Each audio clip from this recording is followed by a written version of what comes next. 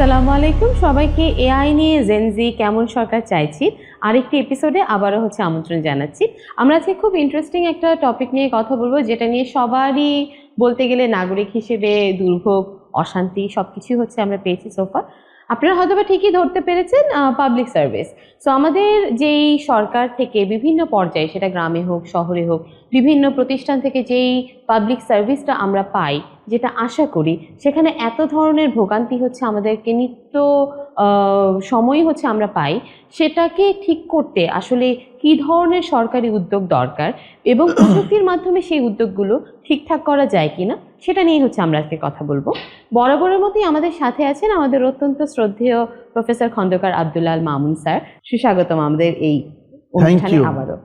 এবং নাগরিক হিসেবে আপনি যে টপিকটা নিয়ে কথা বলবেন, এটা খুবই ইন্টারেস্টিং, কারণ নাগরিক সেবা এটা প্রতিটা মানুষের জন্য দরকার। জি জি অবশ্যই স্যার। নাগরিক সেবার কথায় যদি আসি, আমরা সাধারণত দেখে থাকি যে নাগরিক সেবা বলতে আমরা অনেক সময় সিটি কর্পোরেশন কেন্দ্রিক সেবা বা শহর কেন্দ্রিক সেবার কথা বলি, এবং সেবার ভিতরে তো আসলে অনেক ধরনের, কারণ আমাদের আমি যদি ভুল না করে থাকি গভর্নমেন্টের প্রায় 800+ সার্ভিস আছে, বিভিন্ন প্রতিষ্ঠান থেকে সেটা দেওয়া হচ্ছে, এবং তার ভিতরে বিভিন্ন ধরনের বিভাগও আছে। যেমন আমি যদি বলি যে ভূমি সংক্রান্ত সেবা, এনার্জি সংক্রান্ত সেবা, আমাদের নিত্য পাসপোর্ট, এনআইডি, এই ধরনের আরেকটি সেবা, এ ধরনের বিভিন্ন সেবা আছে।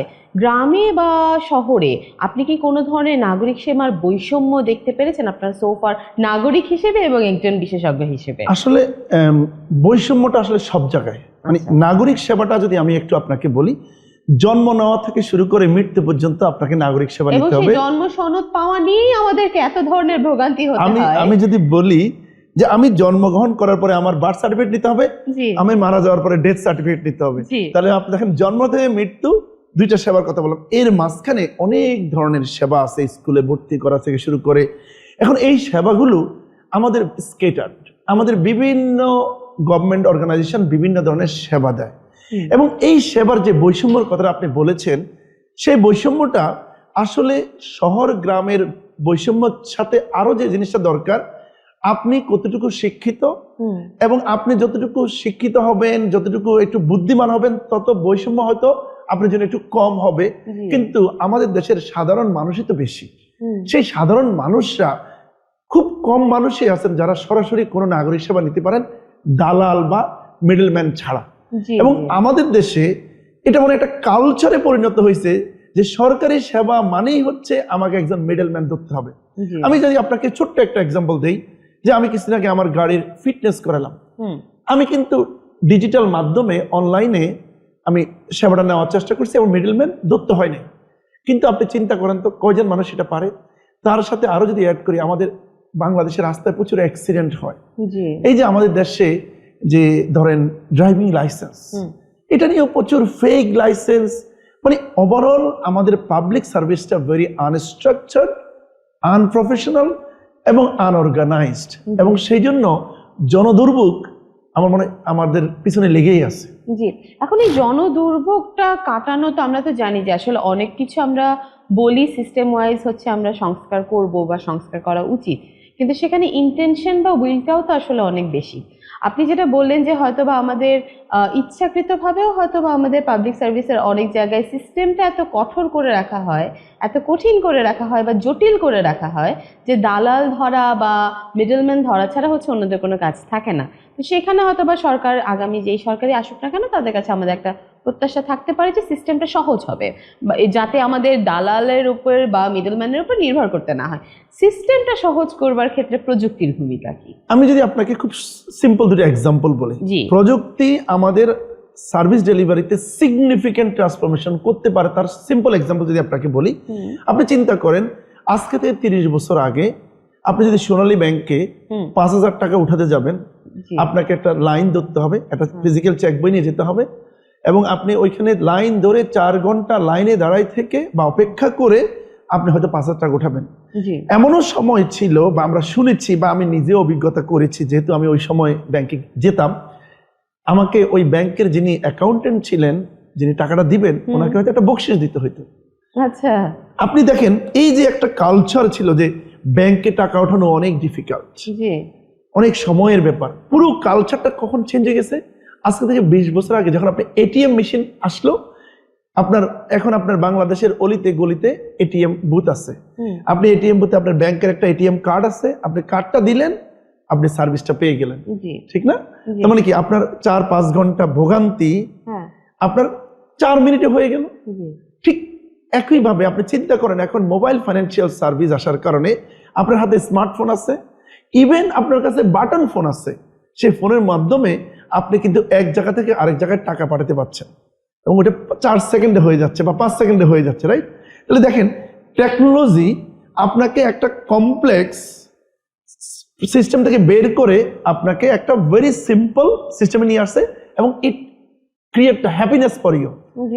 এই যে একটা আপনি জিনিস দেখলেন, এই ধরনের জিনিস কেন আমরা পাবলিক সার্ভিসে করতে পারবো না? কিন্তু স্যার, যে এক্সাম্পল গুলো দিলেন দুটোই কিন্তু মোটামুটি আমি বলবো যে প্রাইভেট কোম্পানি বা কর্পোরেশন যারা আছে, ইন্ডাস্ট্রি যারা আছে, তারা এই ধরনের চেঞ্জেস গুলো আসছেন। ইন্ডাস্ট্রি থেকে আমরা প্রযুক্তি নির্ভর অনেক চেঞ্জেসই হয়তো বা দেখতে পাচ্ছি আমাদের বাংলাদেশের মার্কেটে। সরকারি পর্যায়ে বা সরকারিকরণভাবে এই চেঞ্জেসগুলো করা, সেটা আসলে কতটুকু সম্ভব, বা আমাদের ইনফ্রাস্ট্রাকচার, আমাদের পিপল যারা আছেন সরকারি কর্মকর্তা এবং প্রতিষ্ঠানে কর্মরত, তারা আসলে কতটুকু রেডি এই ধরনের চেঞ্জেসগুলো আনতে? আসলে এই চেঞ্জগুলো আসলে কোনোভাবে অসম্ভব না। আর আপনি যেটা বললেন, এগুলো তো প্রাইভেটে হয়েছে, কিন্তু প্রাইভেটে যে হয়েছে, এই প্রাইভেট যে কাজটা করছে, এটার পিছনে সরকার কিন্তু ছিল। সরকার কিন্তু নীতিগত সাপোর্ট, পলিসি সাপোর্টটা দিচ্ছে। সরকারের কাজ হচ্ছে ওইটাই। এখন আসেন, আপনাকে যদি আমি ওই এটিএম মেশিনের সাথে যদি আমি আপনাকে বলি কেমন পাবলিক সার্ভিস হতে পারে, এবং সেখানে টেকনোলজি এবং আর্টিফিশিয়াল ইন্টেলিজেন্স সিগনিফিকেন্ট ভূমিকা পালন করতে পারে, এবং আপনি যেটা বললেন আমরা দালাল মুক্ত সেবা কিভাবে পেতে পারি, এটা খুবই সিম্পল। আপনি চিন্তা করেন, আপনি এটিএম মেশিনে গেলে কি এখন টাকা জমা দিতে পারেন, টাকা উইথড্র করতে পারেন, এর বাইরে আরো কিছু সেবাও আপনি পেতে পারেন। ঠিক সিমিলারলি আমরা যদি সার্ভিস এটিএম এর কনসেপ্টটা নিয়ে আসি, একটা সার্ভিস এটিএম মানে হচ্ছে এটিএম মেশিনের মতো একটা কিওস্ক। আমি ওইখানে যাব, আমি অ্যাজ এ নাগরিক, আমার ন্যাশনাল আইডি আছে, আমার ন্যাশনাল আইডির মধ্যে চিপ আছে, আমার ফিঙ্গারপ্রিন্ট আছে, বা আমার ফেস রিকগনিশন আমি ভেরিফিকেশন করতে পারবো। তার মানে আমি যে সিটিজেন, আমি এটা পাবো। এবং ওইখানে গিয়ে সরকারের ধরেন 50টা 60টা, এভাবে আমরা একদিনে সব পারবো না, আমরা কিছু সেবা ওই এটিএম এর মধ্যে নিয়ে আসে। কি হবে, আমি ওইখানে যাব, আমার রিকোয়ার্ড সার্ভিসটা কি আমি সেটা রিকোয়েস্ট করব, আমার সার্ভিসের যে পেমেন্ট আছে সেটা আমি মোবাইল ফাইন্যান্সিয়াল সার্ভিসের মাধ্যমে পেমেন্ট করব, এবং ইমিডিয়েটলি আমার সার্ভিসটা আমার হাতে প্রিন্ট হয়ে চলে আসবে। মানে it's like a kiosk or ATM for government service. যেমন আমি যদি আপনাকে বলি যে কিছু কিছু সার্ভিসের জন্য আমার ভেরিফিকেশন দরকার যে আমি এটা হয়েছে কিনা, রাইট? এটার জন্য কি দরকার, আমাদের কানেক্টেড ইকোসিস্টেম দরকার। তার মানে হচ্ছে যে ধরেন আমার বাচ্চাটা যে হলো, তার জন্য আমার হসপিটালে হলো না কোথায় হলো সেটার একটা ইনফরমেশন দরকার। এরপরে এই যে পুরো জিনিসটা, এটাকে যদি আপনি চিন্তা করেন, আমাদের সার্ভিসগুলো এখন কোত্থেকে হয়, প্রত্যেকটা সরকারি অফিসে হয়, রাইট? সো সরকারি অফিসে গেলে আমরা কি দেখি, আগামীকাল আসেন, লাঞ্চের পরে আসেন, ঠিক না? লাঞ্চের পরে আসেন। তো এই লাঞ্চের পরে আসেন, ইউনিভার্সিটিতেও আমরা কিন্তু একই ধরনের ব্যাপার দেখি যে লাঞ্চের পরে আসেন বলা হয়। এই লাঞ্চের পরে আসেন আর আগামীকাল আসেন যে কনসেপ্ট, এটার মানেটা কি? এটা হচ্ছে দুইটা। একটা হচ্ছে উনি আসলে ব্যস্ত, সেজন্য হয়তো লাঞ্চের পরে আসেন বলছেন, অথবা উনি আসলে আপনাকে সার্ভিস দেওয়ার জন্য আরো কিছু চাচ্ছেন, মানে সরকারি ফি এবং আপনার অ্যাপ্লিকেশনের বাইরে আরো কিছু চাচ্ছেন। এই যে জিনিসটা, এই জিনিসটাকে আমরা টোটালি রিমুভ করতে পারি আমরা যদি আমরা মানুষের ইনভলভমেন্ট কমাতে পারি। তাহলে হচ্ছে কি, আমরা এই সার্ভিস এটিএম যেটা বললাম সেটা হচ্ছে artificial intelligence driven, digitally connected, এবং একটা ইকোসিস্টেম ইনফ্রাস্ট্রাকচার কানেক্টেড যদি হয়, তাহলে সরকারের, আমি আপনাকে বলবো এই মুহূর্তে নতুন সরকার যারা আসবেন তারা যদি এই সদিচ্ছা করেন, আবার বলছি লিডারশিপ, ওরা যদি লিডারশিপটা করেন, তাহলে আপনার ইউনিয়ন থেকে ক্যাপিটাল, এই যে পুরো জায়গায় আমাদের বিভিন্ন ধরনের যে সেবা আছে, সেই সেবাগুলো আমরা খুব ইজিলি আমরা করতে পারবো। আমি সিম্পল একটা এক্সাম্পল দিই, আমাদের ভূমি মন্ত্রণালয়ে অলমোস্ট ডিজিটাল হয়ে গেছে। এখন যদি আমি আমার কোনো একটা জমির কাগজ হারিয়ে ফেলি, আমি কিন্তু অনলাইনে গিয়ে আমি চেক করতে পারবো। সো আমি অনলাইনে গেলাম, চেক করলাম, প্রিন্ট করলাম, আমি আমার কম্পিউটার আছে, প্রিন্টার আছে, আমি সার্ভিস দিলাম। তাহলে এটা তো অনেকের নাই, কারণ বাংলাদেশে মাত্র ডেস্কটপ ইউজ করে 10% মানুষ। তাহলে আমরা যদি ওই সার্ভিস এটিএম এর যে কনসেপ্টটা বললাম, আমরা যদি ব্যাংকগুলোর সাথে চুক্তি করতে পারি যে ব্যাংকের এটিএম মেশিনের পাশে একটা সার্ভিস এটিএম, তাহলে আমি ওইখানে যাব, আমি ন্যাশনাল আইডি দেখাবো এবং আমার পেমেন্ট করব, আমার প্রিন্টারের সার্ভিসটা বেরিয়ে চলে আসবে। এতে করে মানুষ সরকারি সেবার প্রতি মানুষের যে একটা কাইন্ড অফ অনীহা এবং ব্যাড এক্সপিরিয়েন্স সেটা আমরা কমাতে পারবো। এবং এই কাজটা করার জন্য আমাদের কোনো ধরনের কোনো প্রতিবন্ধকতা নাই, শুধু সদিচ্ছা দরকার আর কালেকটিভ আমাদের কাজ করা দরকার। কিন্তু স্যার এখানে রিস্ক ফ্যাক্টর কতটুকু? কারণ হচ্ছে আপনি যেহেতু বলছি যে এই সার্ভিস এটিএম গুলো খুবই আমাদের এনআইডি নির্ভর হবে, আমরা জানি যে এনআইডি এর অনেক ডেটা আমাদের অলরেডি হচ্ছে লস্ট অথবা অন্য জায়গায় চলে গেছে, লিকেজ হয়ে গেছে অনেক কিছু। তো সেই হিসেবে যদি আমরা এই ধরনের এই মুহূর্তে দাঁড়িয়ে বাংলাদেশ কি আসলে সার্ভিস এটিএম এর জন্য প্রস্তুত? কারণ যদি এই ধরনের কোনো কিছু করা হয় এবং এনআইডি ডেটা অলরেডি আছে, দেখা যাবে আমি বেঁচে আছি, আমার ঠিকই ডেথ সার্টিফিকেট বের হয়ে গেছে, এরকমও তো করে ফেলতে পারে। তো কি অবস্থায় আছে বা কি করা যায় এখন? আপনি যেটা বললেন এটা তো হলো একটা ধরেন এটা রেগুলার কেস না। জি। সো এখানে যে জিনিসটা হচ্ছে আমার ডেটা আছে, ডেটার প্রোটেকশন লাগবে, ডেটা সিকিউরিটি লাগবে, রাইট? জি। সো আমরা সরকারের যে যেমন আমি ভূমির কথা বললাম বা যেগুলো আছে সেগুলো তো অলরেডি আছে। তাহলে এটা কি একটা আমরা যারা পড়াশোনা জানি বা আমরা একটু মানে অ্যাডভান্স তারাই সার্ভিসটা নিচ্ছি, কিন্তু আমার যারা অ্যাডভান্স না তাদেরকে তো আমাদের সেই সার্ভিসটার আওতায় আনতে হবে। নাগরিক হিসেবে অ্যাক্সেস টু সার্ভিস সবাইকে দিতে হবে। সো আমাদের থ্রেট, আপনি যেটা বলছেন থ্রেটের কথা বলছেন, এই জায়গাটাতে আমাদের কি করতে হবে, আমাদের থ্রেটটাকে ওভারকাম করতে হবে। ওভারকাম করার জন্য আমরা বিভিন্ন ধরনের টেকনোলজিক্যাল ফায়ারওয়াল বলি, সিকিউরিটি সার্ভিস বলি, বিভিন্ন ধরনের টেকনোলজি ইউজ করে এই জিনিসগুলো কন্ট্রোল করতে হবে। এখানে একটা কথা আমি বলে রাখি যে আমাদের এখানে আবার সেই আমার যেটা আমার কমন কথা আমি বলি, ইন্ডাস্ট্রি, একাডেমি আর গভর্নমেন্ট কোলাবোরেশন। সরকার এটাকে একটা সমস্যা মনে করবে যে আমি জনগণকে স্মুথলি সার্ভিস দিতে পারছি না, দিস ইজ এন প্রবলেম। ইউনিভার্সিটির কাছে ইটস এন অপরচুনিটি। তাহলে আমরা কিভাবে গবেষণার মাধ্যমে ইনোভেশন করতে পারবো, যে ইনোভেশনটা আমার সরকারের সার্ভিস ডেলিভারি প্রবলেমটাকে রিজলভ করবে, আপনি যেমন সিকিউরিটি ইস্যু রিজলভ করবে, প্রাইভেসি ইস্যু রিজলভ করবে, এবং এক আমব্রেলার নিচে, ওয়ান আমব্রেলা পলিসির নিচে আমরা কিভাবে এই সার্ভিসটা দিতে পারি। আপনি জানেন আমাদের নেইবারিং কান্ট্রি বা আমাদের ডেভেলপ কান্ট্রিতে এই সার্ভিসগুলো খুব ইজিলি পাওয়া যাচ্ছে। সো আমাদের আসলে এই বাংলাদেশের যে জায়গাটা হচ্ছে আমাদের গভর্নমেন্টের অনেক প্রতিষ্ঠান আছে, অনেকগুলো আছে, এবং আমরা প্রতি নিয়ত নতুন নতুন প্রতিষ্ঠান ক্রিয়েট করি। আমার মনে হয় এখন সময় আসছে সরকারি প্রতিষ্ঠানগুলো রিভিউ করার। আগের অনেক প্রতিষ্ঠান আছে যেগুলোর এখন আর অত দরকার নাই, সেগুলোকে মার্জ করে দেওয়া। কারণ আপনি জানেন সাউথ কোরিয়াতে ওদের অনেক পুরাতন মিনিস্ট্রি ডিজলভ করে দিয়ে ওরা নতুন মিনিস্ট্রি ক্রিয়েট করছে। সো আমার মনে হয় বাংলাদেশে আমাদের যতগুলো মিনিস্ট্রি আছে বা সরকারি অফিস আছে, পৃথিবীতে খুব কম দেশেই এত বেশি অফিস আছে। আমাদের সুবিধা হচ্ছে আমরা ক্রিয়েটিং নেশন, নতুন নতুন ক্রিয়েট করি, কিন্তু আমরা ইভালুয়েট করি না আগের যে প্রতিষ্ঠানটা আছে সেটা কতটুকু দরকার। আরেকটা জায়গা আমাদের কাজ করতে হবে, আমাদের অনেকগুলো সার্ভিস প্রাইভেট পাবলিক পার্টনারশিপের মাধ্যমে আমরা কিভাবে দিতে পারি। যেমন আমি যদি আপনাকে বলি, যেমন আমাদের পোস্ট অফিস, আপনি বলেন তো আমাদের পোস্ট অফিসের গুরুত্ব দিন দিন কমে যাচ্ছে না? কমে যাচ্ছে না? তাহলে আমাদের পোস্ট অফিস কি লস করছে না? তাহলে আমাদের পোস্ট অফিসের প্যারালালি যদি আমি চিন্তা করি, আপনি দেখেন আমাদের কুরিয়ার সার্ভিসগুলো কিভাবে গ্রো করছে, রাইট? আপনি দেখেন আপনি একটা চিঠি একটা কুরিয়ার সার্ভিসে, প্রাইভেট কুরিয়ার সার্ভিসে দিতে যতটা স্বাচ্ছন্দ্য বোধ করবেন, কতটা কনফিডেন্ট বোধ করবেন, বাংলাদেশ পোস্ট অফিসে দিতে কি অত কনফিডেন্স বোধ করবেন? তাহলে সেটা কি? সেটা কিন্তু আসলে ওই পোস্ট অফিস সেই আধুনিকায়ন যেটা বলি সেটাকে করতে পারে নাই। আমি আপনাকে এক্সাম্পল দিই।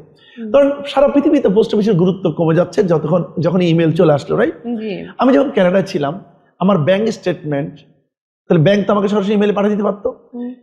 কানাডা পোস্ট ওরা কি করলো, ওদের গুরুত্ব যেন সবসময় একই রকম থাকে, ওরা ব্যাংকগুলোর সাথে চুক্তি করলো যে তোমার ব্যাংক স্টেটমেন্টটা অনলাইনে কাস্টমারের কাছে যাবে, আমরা সেটাকে ফ্যাসিলিটেট করব।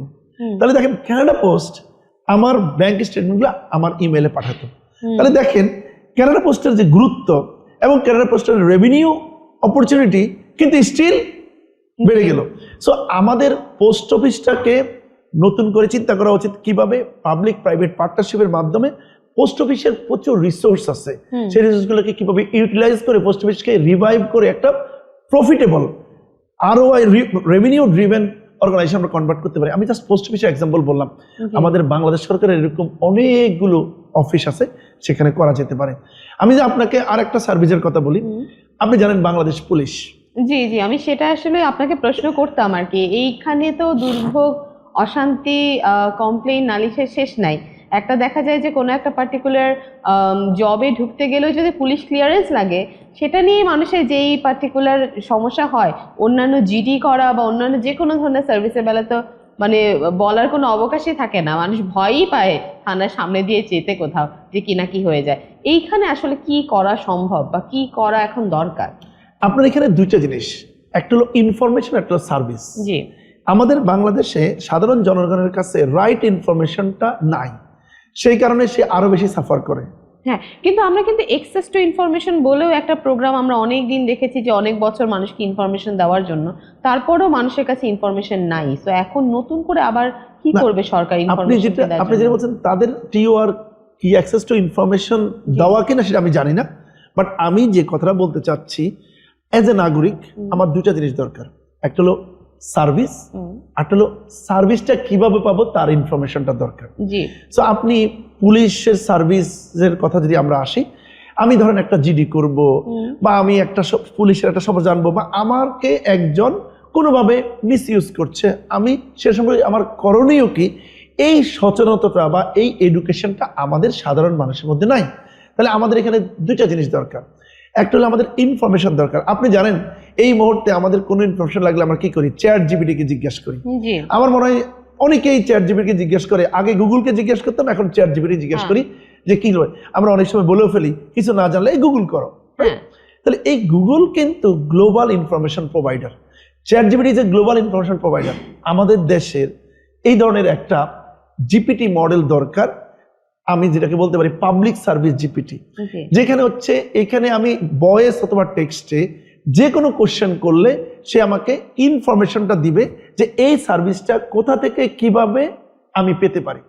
এখন যদি আমি এক্সাম্পল হিসেবে বলি পুলিশ সার্ভিস, তাহলে পুলিশ সার্ভিসের জন্য আমি যদি চিন্তা করি পুলিশ জিপিটি, তার মানে কি পুলিশের যত সার্ভিস আছে তার ইনফরমেশন কিভাবে নেওয়া যায়, কি করা যায়, এই সবগুলো জিনিসকে যদি চ্যাট জিপিটি যেভাবে জেনারেটিভ এআই ইউজ করে লার্জ ল্যাঙ্গুয়েজ মডেল ট্রেন করে তৈরি করা হয়েছে, ঠিক এক্স্যাক্টলি সেই জিনিসটা আমরা তৈরি করতে পারি। এবং এই জিনিসটা তৈরি করে আমাদের সার্ভিসগুলো যদি ওর সাথে কানেক্ট করতে পারি, আমি চ্যাট জিপিটির মতো আমি ওকে জিজ্ঞেস করলাম আমি জিডি করতে চাই, আমার করণীয় কি, সে আমাকে গাইড করবে, সে আমাকে বলবে তোমার লোকেশনটা কোথায়, আমার লোকেশন বলার সাথে সে বলবে তোমার নিয়ারেস্ট এই থানাতে জিডি করা যাবে। এবং তার সাথে আপনি জানেন অনলাইনে জিডি করার জন্য অনেক প্রভিশন ক্রিয়েট হয়েছে। এখন সাথে সাথে যদি আমাকে ওই মোবাইলের মধ্যে বা আমি যে সার্ভিস এটিএম এর কথা বললাম সেই এটিএম এর মধ্যে আমার যদি ওই জিনিসটা চলে আসে, তাহলে কিন্তু আমি ইনস্ট্যান্টলি আমার জিডিটা করে ফেলতে পারবো। আমাকে থানায় যেতে হবে, আমাকে এই টাইমটা কস্টটা আমার বেঁচে যাবে। তাহলে এই কাজটা যারা স্মার্টফোন ইউজ করে তারা কিন্তু ইজিলি করতে পারবে, যদি বাংলাদেশ পুলিশ এবং গভর্নমেন্ট এই ইনফরমেশন এবং সার্ভিসটাকে বান্ডেল করে একটা এআই মডেল তৈরি করে সবার জন্য দেওয়ার চেষ্টা করে। এটা কি অনেক এক্সপেন্সিভ? মানে এই ধরনের কোনো সিস্টেম ডেভেলপ করা বা আমাদের বাইরের কোনো হয় না যে এই ধরনের কোনো সিস্টেম ডেভেলপ করতে গেলে আমরা গভর্নমেন্ট থেকে বাইরে থেকে কনসালটেন্ট আসে অথবা বাইরে ট্রেনিং এ পাঠানো হয়, তারপর তারা এসে সিস্টেম ডেভেলপ করে। তো সিনারিওটা কি এখানে আসলে কি ওইসবের কোনো দরকার আছে? আপনি যে কথা বলেন এটা তো আমাদের কাইন্ড অফ প্রবলেম, যে আমরা সাদা চামড়ার প্রতি আমাদের একটা আলাদা দরদ। জি, আমাদের দেশে আমাদের যে ট্যালেন্ট আছে এই ট্যালেন্টটা কিন্তু এই ধরনের প্রবলেম সলভ করতে পারে। আপনি জেনে খুশি হবেন আমরা এই ধরনের একটা সলিউশন নিয়ে এক্সপ্লোর করছি। সো এখানে এই কাজটা করার জন্য কি আমাদের বাংলাদেশের ইনফরমেশন গুলো লাগবে, আমাদের এআই মডেল ট্রেন করতে হবে। সো এটা আমরা ইজিলি বাংলাদেশের ইউনিভার্সিটি গুলাতেই বা আমাদের দেশের ছেলেমেয়েরাই এটা করতে পারবে। এবং এখন দেখেন যারা স্মার্টফোন নাই বা ওই অ্যাক্সেসটা নাই তারা কি করবে, প্রতিটা থানার সামনে আমরা যে এটিএম এর মতো একটা কিওস্ক করি এবং সেখানে একটা পুলিশ জিপিটির কিওস্ক থাকে বা পুলিশ সার্ভিস কিওস্ক আমরা ক্রিয়েট করি, যেখানে ফেস রিকগনিশনের কথা বললাম, speech to text, text to speech এবং knowledge engine using LLM model এর মাধ্যমে যদি আমরা এটা তৈরি করতে পারি, আমি ওইখানে যাব, আমি একজন এই থানার কর্মকর্তা বা কর্মচারীর সাথে যেভাবে কথা বলে ইনফরমেশন পাই তার সাথে ন্যাচারালি কথা বলবো লাইক এ রিসেপশনিস্ট। কথা বলে আমি আমার সার্ভিস সম্পর্কে জানবো এবং ইনস্ট্যান্টলি সার্ভিস নিব। সব সার্ভিস হয়তো এখানে হবে না, কিছু সার্ভিসের জন্য আমি তাকে রেফার করবো, তাহলে তুমি থানাতে চলে যাও। তার মানে হচ্ছে ডিজিটালাইজেশন এবং আর্টিফিশিয়াল ইন্টেলিজেন্সের মাধ্যমে সরকারি সার্ভিসটাকে সিগনিফিকেন্ট পরিবর্তন করা যায়। লাইক ব্যাংকে টাকা ওঠানো থেকে, এটিএম মেশিন থেকে মোবাইল ফাইন্যান্সিয়াল সার্ভিস। এবং আগামী সরকার যারাই আসবেন এবং বিরোধী দলে যারা আসবেন, তাদের সবার কাছে আমাদের রিকোয়েস্ট একটাই থাকবে, ওনারা সবাই মিলে জনগণের এই দুর্ভোগ বা ভোগান্তি কমানোর জন্য এই ধরনের টেকনোলজি ড্রিভেন, এআই ড্রিভেন সেবা নিয়ে কাজ করবেন এবং মানুষকে এই ধরনের সেবা দিবেন। স্যার, জনগণ কতটুকু প্রস্তুত? কারণ আপনি যেই ধরনের কথাগুলো বলছেন সেটার জন্য, এবং কথায় কথায় আমরা অনেকবার বলেছিও যে জনগণকে আসলে অ্যাওয়ার, এই ইনফরমেশনটা কিভাবে সে নিবে, সার্ভিসটা কিভাবে সেভাবে নিবে, সেই ইনফরমেশনটাই তার কাছে নাই। এই অ্যাওয়ারনেসের জন্য কি করা যায়? আমি আপনাকে বলি, বাংলাদেশ ফেসবুক হচ্ছে বাংলাদেশের সেকেন্ড লার্জেস্ট ইউজার। ফেসবুক কি বাংলাদেশে প্রমোশন করছিল যে ফেসবুক ইউজ করার জন্য? করে নাই, রাইট? তার মানে হচ্ছে সার্ভিসের সিম্পলিসিটি, সার্ভিসটা যদি সিম্পলিসিটি হয়, স্মুথ হয়, ওয়ার্ড অফ মাউথ ক্রিয়েট হবে এবং মানুষ সার্ভিসটা নেবে।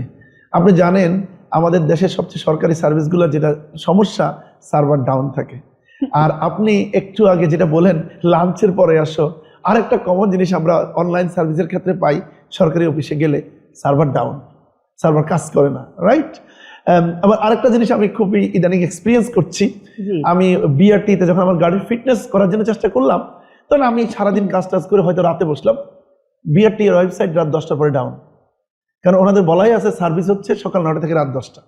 তাহলে এটা তো আসলে সার্ভিস, ডিজিটাল বা এআই এর যুগে সার্ভিস হবে 24/7, ঠিক না? সো আমাদের আগামী সরকারের কাছে চাওয়া হচ্ছে টেকনোলজি এনেবল, এআই ড্রিভেন একটি সার্ভিস ডেলিভারি সিস্টেমস, যেখানে আমি অ্যাজ এ নাগরিক এম্পাওয়ার্ড হব এবং আমি নাগরিক হিসেবে প্রাউড ফিল করব যে আমি বাংলাদেশি সিটিজেন, আমার সার্ভিস ভেরি স্মুথ এবং আমি সার্ভিস নিয়ে ভেরি হ্যাপি। আরেকটা জিনিস হচ্ছে উবারে আপনি দেখেন, আপনি যখন একটা উবার কল করেন, আপনি একটা রাইড কমপ্লিট করেন, আপনি কিন্তু সার্ভিস রেটিং করেন। এখানে দুইটা জিনিস আছে, অ্যাকাউন্টেবিলিটি, প্যাসেঞ্জার ড্রাইভারকে রেট করছে যে ড্রাইভার তাকে স্মুথলি ডেস্টিনেশন নিয়ে গেল কিনা এবং তার ব্যবহার, ওভারঅল কন্ডিশন। ঠিক সিমিলারলি ড্রাইভার প্যাসেঞ্জারকে রেট করে যে প্যাসেঞ্জার কেমন ছিল, ঠিক না? এটার উপরে তার কিন্তু রেটিং হয়। তো হোয়াই নট আমরা এই ধরনের অ্যাকাউন্টেবিলিটি এনশিওর করি যে আমরা যতগুলো সার্ভিস অনলাইনে আনবো, সার্ভিস নেওয়ার পরে সার্ভিস স্যাটিসফ্যাকশন আমরা দিব। ঠিক সিমিলারলি আমাদের সরকারি যারা সার্ভিস দেন তাদেরও রেটিং করব, তাহলে অ্যাকাউন্টেবিলিটি হবে। এই ধরনের জিনিসটা আমরা অলরেডি বাংলাদেশে দেখছি এবং আমাদের ইউনিভার্সিটির আমাদের টিম এই ধরনের সার্ভিস তৈরি করতে হেল্প করছে। রেটিং এর একটা জিনিস আমিও দেখেছিলাম, বাট সেটা যতদূর সম্ভব ডিজিটাল পর্যায়ে ছিল না। কিন্তু ভূমির কথা যেহেতু বলছেন, যে ভূমি মন্ত্রণালয়ের বিভিন্ন যেই জেলা ভিত্তিক যেই অফিসগুলো আছে, সেখানে কিন্তু সার্ভিসের স্যাটিসফ্যাকশন রেটিং এর একটা ব্যবস্থা তারা অনেকদিন আগে থেকেই করেছেন, which is a good step also. আমরা তো এতক্ষণ স্যার কথা বলেন যে পাবলিক সার্ভিসে যেটা ধরেন আমার ইন্ডিভিজুয়াল নাগরিক হিসেবে সেবা, আমি আমার জন্ম সনদ, আমি আমার পাসপোর্ট, আমি আমার এনআইডি, এটা নিয়ে। কিন্তু পাবলিক সার্ভিসের মানে সরকারি থেকে যে সেবাগুলো হচ্ছে আমরা দিই, তার অনেকটাও কিন্তু হচ্ছে আমার শুধুমাত্র ইন্ডিভিজুয়াল নাগরিক না, কিন্তু ওভারঅল কোনো একটা ইনস্টিটিউশনের সেবা হতে পারে।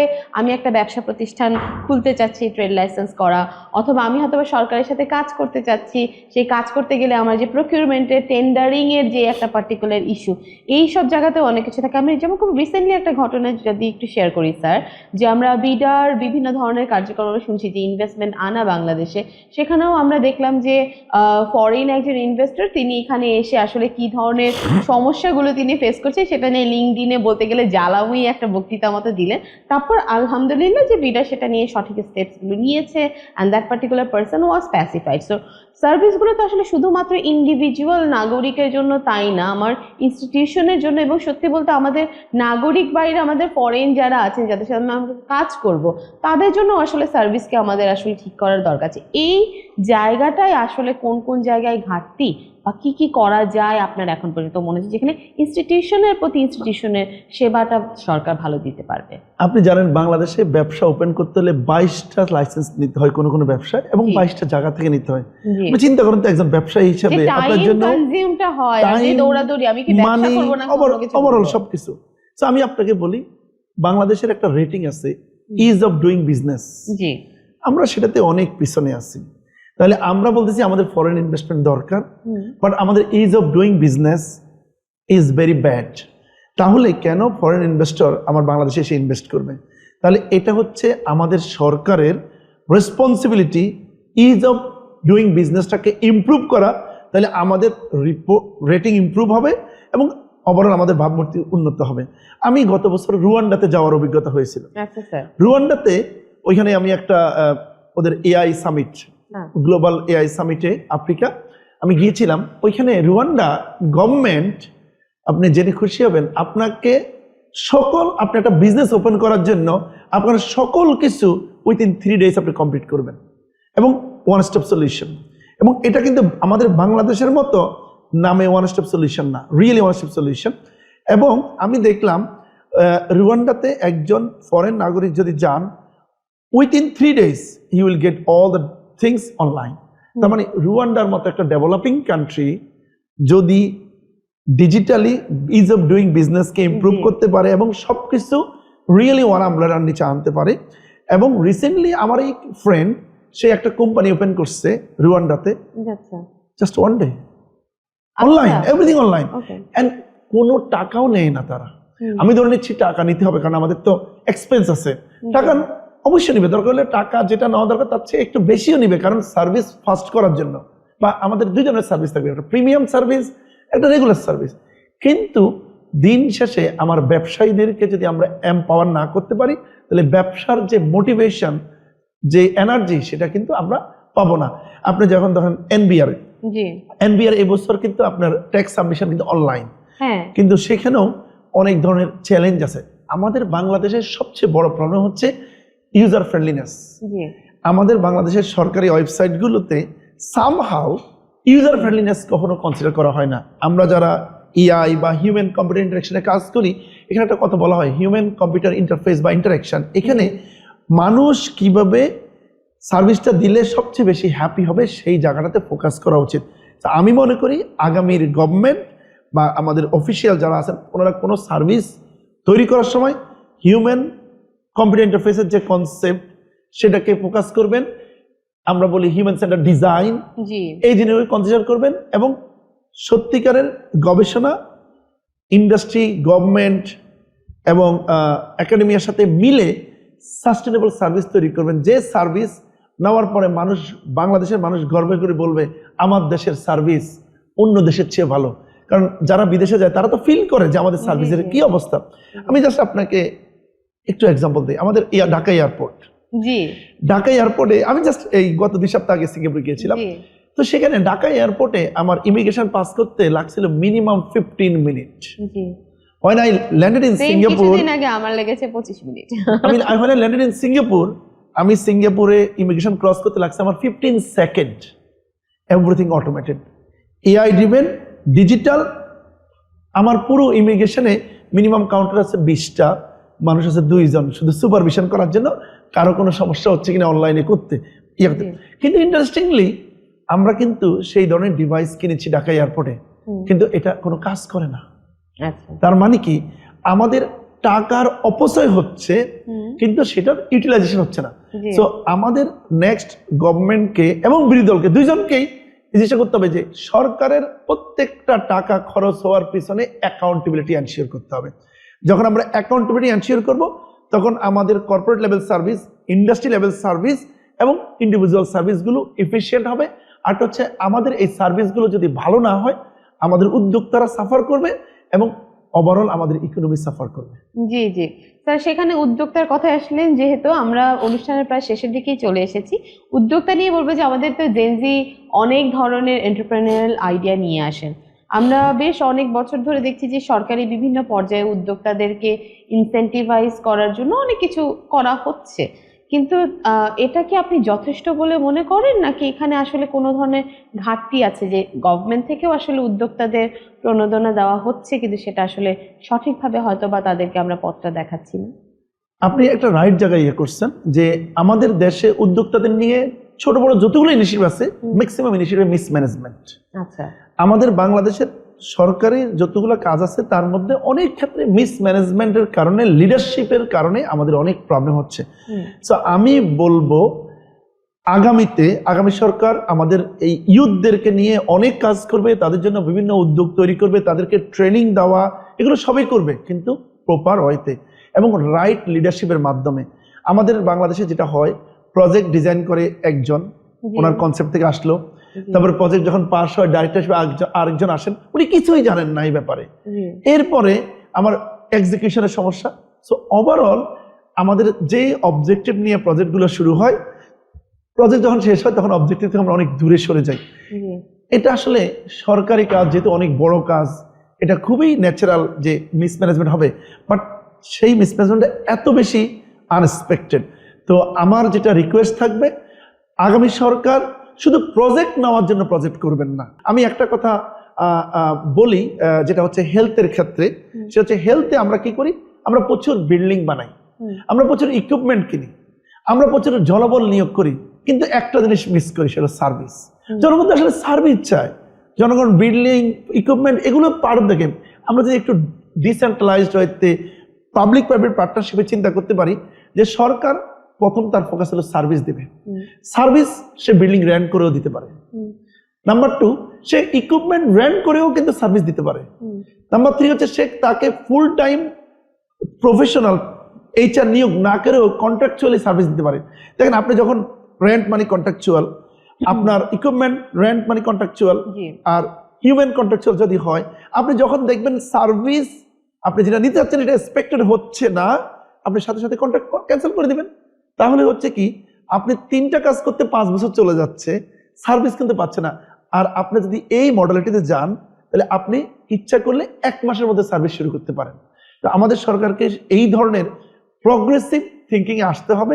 ট্রেডিশনাল যে আমাদের পুরাতন যে ট্রেডিশনাল থিঙ্কিং, সেখান থেকে বেরোতে হবে, কারণ পৃথিবী এগিয়ে যাচ্ছে এবং এআই যুগে পৃথিবী এক্সপোনেনশিয়ালি এগিয়ে যাচ্ছে। আমরা যদি এক না করি, আমরা এক্সপোনেনশিয়ালি পিছিয়ে যাব। আমরা কি আমাদের জেনজি এবং এআই এর যুগে আমরা কি পিছাতে চাই?